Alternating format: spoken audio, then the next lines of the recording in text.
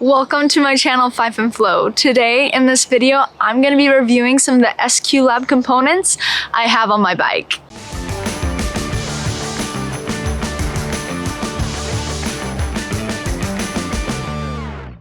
SQlabs is a Germany-based bike component brand that is creating some pretty innovative bars and saddles. This is not a sponsored video, so I'm definitely going to be sharing what I do and don't like about the products.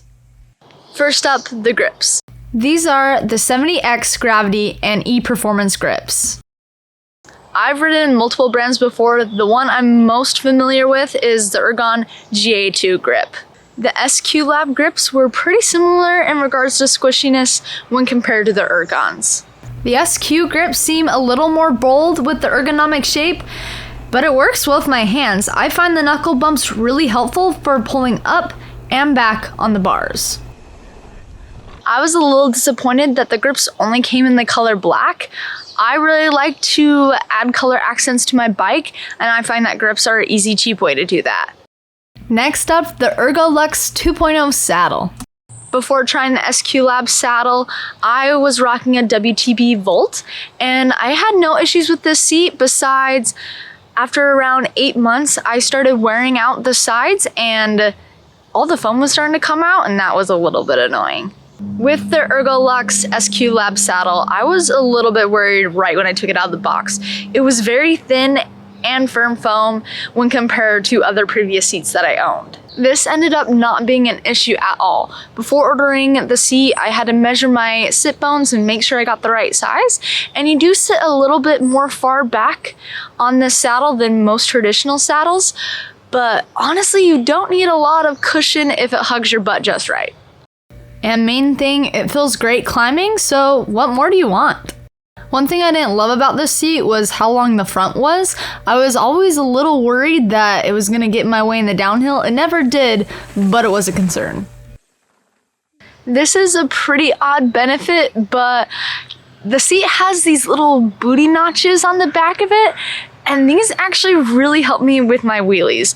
Before, I would kind of slide off the back of the seat sometimes when I would sit back, and these little notches definitely help me stay in place, so a little odd, but I'll take it.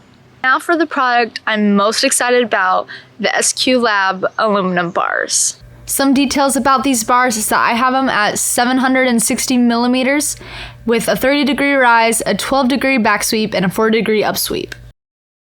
These back and up sweeps really make for a unique bar, and that's what initially caught my attention about SQlabs.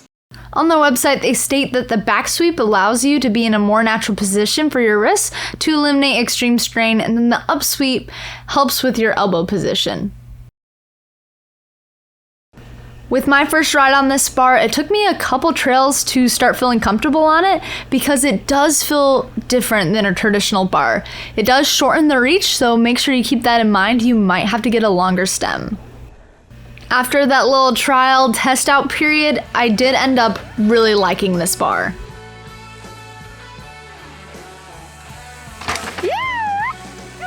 This was exactly what I was looking for. I don't have crazy wrist issues, but after a long day of downhill, my wrists do ache, and then I sometimes get numb fingers as well. Actually, last year, I took my mid-travel bike and I went to Whistler for a couple long days at the park, and afterward, both index fingers were totally numb for a week.